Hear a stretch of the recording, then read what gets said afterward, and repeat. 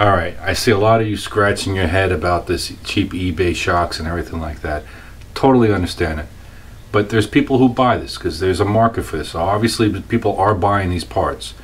But I think that I don't see a lot of videos of these parts going onto cars and explaining. Sometimes some of these cheap eBay parts need a little finessing to get in.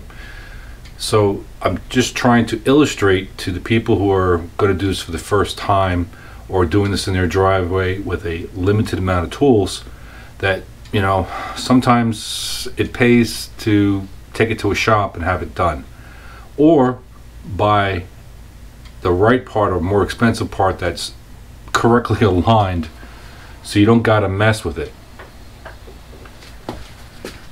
I'll show you something. You see this? It's like a phantom draw. I cannot say, it always seems to be. This is what I'm talking about with cheap parts.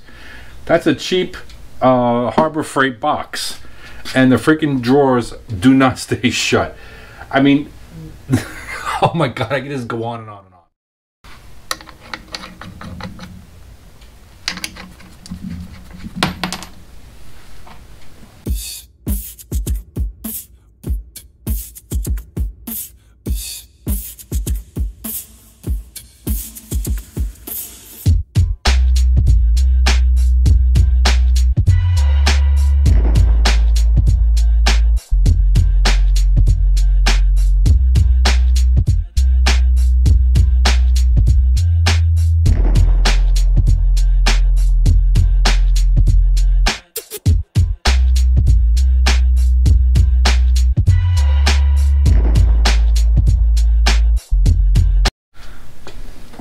Alright, welcome back to the channel. This is to give you an update on the springs and shocks, those cheap eBay springs and shocks that I'm working on with this car. Just got them done, and these are some of the parts, or some of the tools you should not be using. A vice grip and a pry bar. I'll get into more of that later. Now most of you, from some of the comments that I got, basically, you are saying, you know, why am I putting these parts in, all that kind of stuff. This is an experiment. This is something that I've always wanted to do. I wanted to see what you can get away with, what's good and bad. And for your average, you know, what I'm noticing in the trend now is that a lot of people are picking up these 4th gen cars really cheap. And it's like they're starting from zero again, because, you know, we've been doing this for, people have had these cars and grew up with these cars, have been doing this forever and know all the tricks and, you know, the tricks and everything. But YouTube wasn't around back then, and all we had was message boards and word of mouth. But I wanted to explain all the parts that you can drag into these cars, and not for a lot of money, that you can still have a fun daily driven car with a decent amount of power, and that handles more like a modern car. Now, with these, as an update for these springs and shocks, they were a little bit of a pain in the ass. See, this is an example of cheap Chinese stuff. Right on cue. Look at that. Harbor Freight box. I've had it for a long time because I'm too cheap to buy a real box. But it doesn't click. It's very, you know, so if it's slightly off, whatever, it just cheap box. That's all it is. Doesn't click right. All right, back to the video. So I just wanted to show you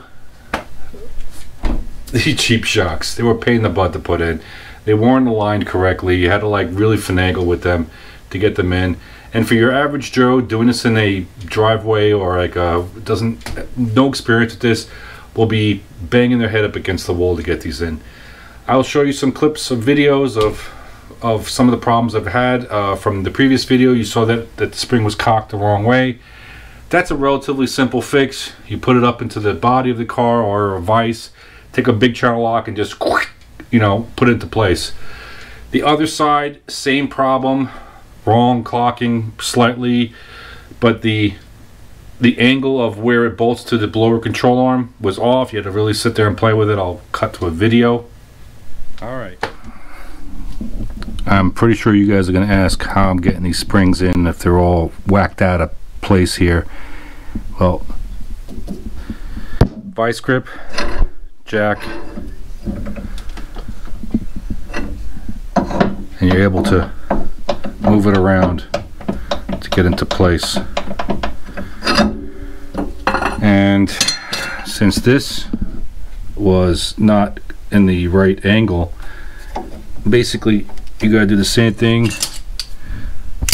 Vice grip. You can put this on a bench and stick a vice grip over here onto this flat and then twist down.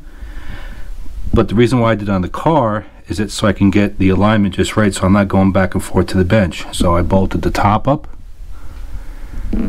came in here without the bolt, clamped onto, because it was all the way up to here, clipped on, put my little jack handle on, and then cranked down, and it gave me the angle that I need. And then trusty old vice grip here, same thing, to move around to line up into these spots here. Not that hard, but for, you know, I shouldn't have to do this.